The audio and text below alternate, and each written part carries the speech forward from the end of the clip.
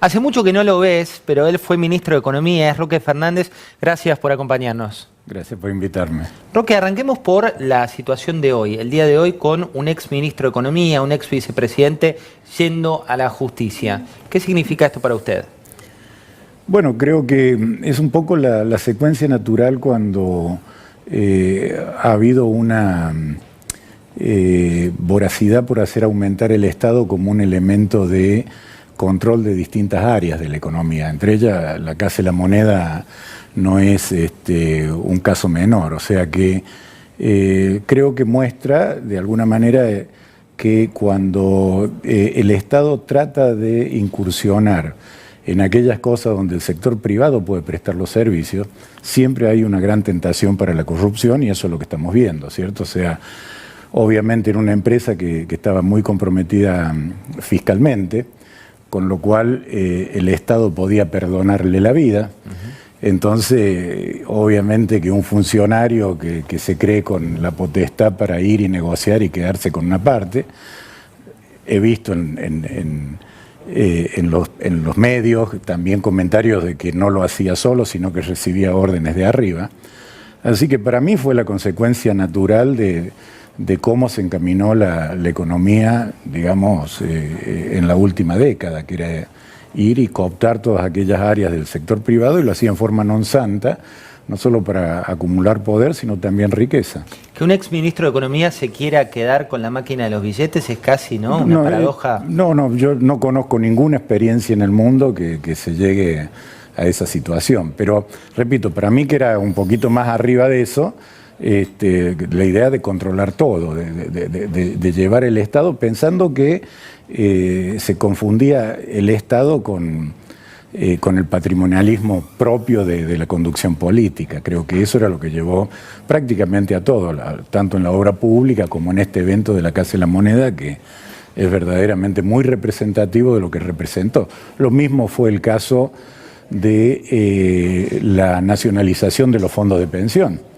Esa nacionalización fue para tener silla en los directorios de las empresas, para influir, para extorsionar políticamente. Era bizarro también, ¿no?, tener directores por parte del Estado donde había política metida. Claro, más en una situación donde eso surge de un programa de asignar ahorros de largo plazo de la gente que potencialmente se iba a jubilar para desarrollar el mercado de capitales privado, que Argentina no lo tiene, todavía no lo tiene, y eso permitía que se desarrollara el sector privado, que creciera la bolsa, que crecieran las inversiones de largo plazo. Y eso, que era una muy buena intención de la privatización de los fondos de pensión, se estatizó. ¿Para qué? Para directamente ejercer presión en los directorios de las empresas, y más allá de también gastarse la plata de esos fondos de pensión. Gastaron la plata, se apropiaron de la plata de los jubilados y la gastaron. Roque, hace pocos días falleció María Julia Alzogaray, que fue protagonista en su momento de varias políticas de los 90. ¿Qué le generó la muerte de María Julia y también la situación por parte de ella? Bueno, en realidad, mirándolo políticamente, ella era completamente diferente. O sea, María Julia, yo creo que sería un caso imposible de pensar que hubiera partido de fundar la UCD a ir al kirchnerismo. Nunca lo hubiera hecho. Yo creo que eso se la reconocen todos los que de alguna manera la conocieron. Tenía una consistencia ideológica, era una verdadera liberal. Y bueno, tuvo que afrontar, las consecuencias de todos los riesgos que están involucrados en la función pública. O sea que creo que nada que ver con lo que estamos viendo en estos momentos. O sea, María Julia quería achicar el Estado, no lo quería agrandar. Pero bueno. Ahí tropezó con ahí, la piedra. Claro, tropezó, con una cantidad de inconvenientes pero ideológicamente no se la puede comparar con toda esta gente. ¿Qué pasa con la economía hoy? ¿Cómo está la economía para usted? Bueno, la economía está bien porque hay una expectativa favorable en la opinión pública. Y eso ayuda a que se generen algunos proyectos de inversión. El optimismo hace que la gente de alguna forma se tranquilice un poco, no tiene tantas expectativas de que todo va a explotar Pero yo no puedo dejar de ser un economista que también mira las cosas que preocupan, o sea, una deuda pública que se arrima al 60% del PBI y un déficit que está en el orden del 6% del PBI, es una alerta. Lo único que tranquiliza un poco a los economistas y también a cierta parte de la opinión pública es que el gobierno no se jacta de esto. El gobierno está tan preocupado como a lo mejor estoy yo. O sea, el gobierno que no celebra el tema de la deuda. No celebra, no cree que el déficit fiscal es expansivo, que con eso va a promover el crecimiento de la economía. Al contrario, dice yo no lo bajo, no me gusta el nivel que tiene el déficit, no me gusta el nivel que tiene la deuda, pero no lo bajo y no voy más fuerte en esa corrección, porque tengo miedo de que el impacto social sea muy fuerte. O sea, es una postura muy diferente a aquellos que dicen que tenemos que aumentar el gasto, aumentar el déficit, porque eso va a ser, digamos, la locomotora de la economía. O sea, por un lado son datos que preocupan, pero por otro lado sabemos que quienes están administrando eso no les gusta y quieren mejorarlo. Roque, ¿quién es el mejor funcionario hoy del gabinete económico de Mauricio Macri? No, yo la verdad que yo no los conozco mucho, o sea, son generacionalmente mucho más jóvenes, pero a los que conozco fundamentalmente me parecen muy buenos, Sturzenegger y Duhovne, que sí los he visto y he tenido conversaciones. También conozco, por supuesto, a Rogelio Frigerio, que también me parece muy bueno, a Cabrera, pero hay muchos otros, como Caputo, por ejemplo, no lo vi nunca en mi vida, no puedo evaluarlo ni decir nada, pero con los que tuve oportunidad de conversar me pareció gente bien motivada, bien formada, que está haciendo lo que puede. ¿Extraña el sillón de ministro de Economía? No, para nada. La verdad que extrañaba el sector privado cuando estaba en el sillón, al revés. ¿Por qué? Porque en realidad yo no tengo una beta política.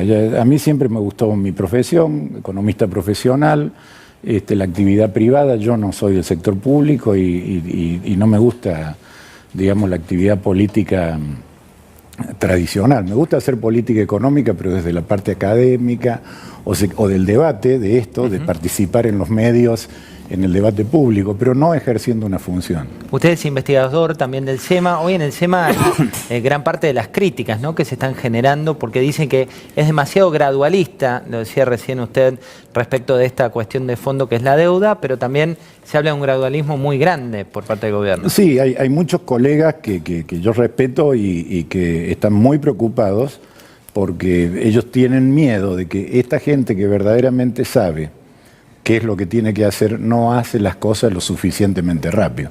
Esa es la crítica. Esa es la crítica que, digamos, lo que yo le puedo responder a ellos es decirle, a mí no me sirve que hagan las cosas muy rápido y tengamos un retorno al populismo, a un poder hegemónico, a la pérdida de las libertades, a la persecución a la prensa. Eso prefiero bancarme una inflación un poco más alta, un gasto público un poco más alta, pero que se sostenga un crecimiento institucional del país. Cosa que si uno va muy rápido puede haber una regresión. Eso me preocupa más que lograr una meta inflacionaria más rápida en menor tiempo. ¿El populismo terminó? No, para nada, para nada. El populismo, digamos, es un tema que yo veo que hay una gran confusión un poco en el debate, porque la gente piensa que el populismo es la consecuencia de una cantidad de líderes políticos que son populistas y que, en fin, son oportunistas que no tienen interés de ver las cosas en el fondo. Pero en realidad es cierto que son oportunistas, pero ¿son oportunistas de qué? De poder captar cuál es la opinión pública en ese momento. O sea, la gente los vota a los populistas, no es que vengan del aire, ni son gente que de alguna manera ha cooptado el poder por la fuerza, sino que ha llegado democráticamente y ha llegado sabiendo captar los sesgos cognitivos que tiene el pueblo. O sea, son verdaderos oportunistas que se contraponen al concepto de estadista. El estadista es alguien que se da cuenta que el pueblo tiene una cantidad de prejuicios que lo pueden inducir por un mal camino, y el estadista trata de convencerlo, miren, yo sé lo que ustedes piensan, yo sé que creen que esto, pero tenemos que hacer otra cosa. Churchill, por ejemplo, ¿cierto? Entonces, el populismo para nada se ha ido porque la opinión pública no ha cambiado. No ha cambiado, es muy lenta para cambiar, los prejuicios son muy lentos para ir modificándolo. O sea, hoy día, a pesar de que, en fin, que los ferrocarriles han producido catástrofe con pérdida de vida, y que eso ha sido una consecuencia de la intervención del Estado en fijar tarifas políticas que evidentemente impidió que se capitalizaran, que se modernizara. Fue todo hecho con forma política, terminó en corrupción y muerte. Sin embargo, si hoy pregunta uno, ¿habría que privatizarlo?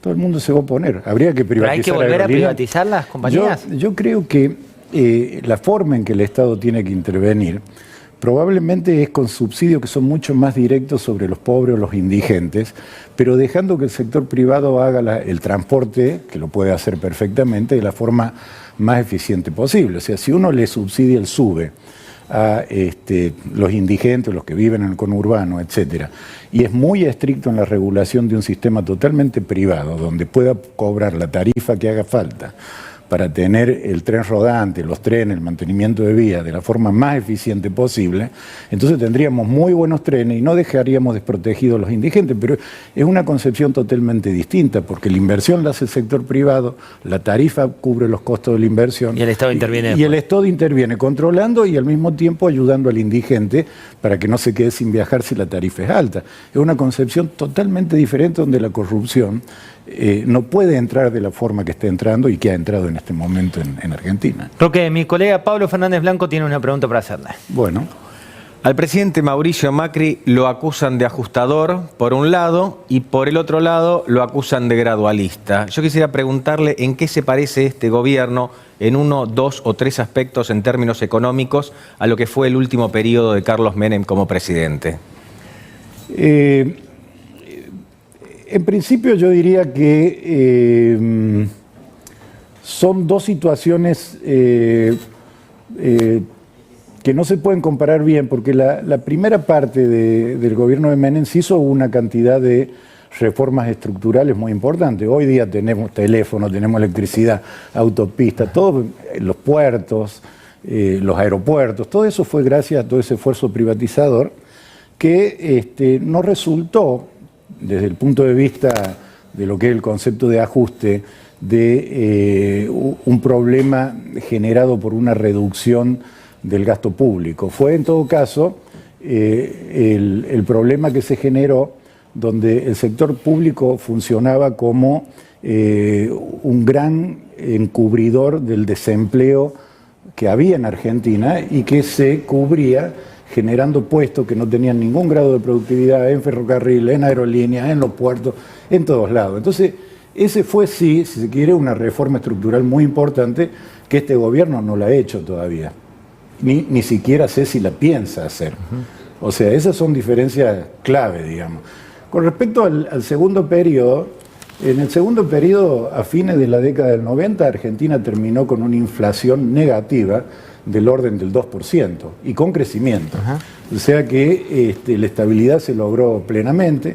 Cuando se entregó el gobierno a los radicales, tenían prácticamente refinanciada toda la deuda del año que ellos tenían, de lo que vendría a ser el año 2000, y por supuesto se generó toda esta interpretación, falsa interpretación histórica, de que toda esa década fue un desastre, pero si en vez de trabajar con lo que fue los prejuicios de la opinión pública, dejamos que los historiadores revisen las estadísticas de la década del 90 y la comparen con las décadas posteriores, van a ver que sale mejor parada la década del 90 que lo que ocurrió después. Creo que la última, muy cortita, ¿por qué Venezuela llegó a donde llegó?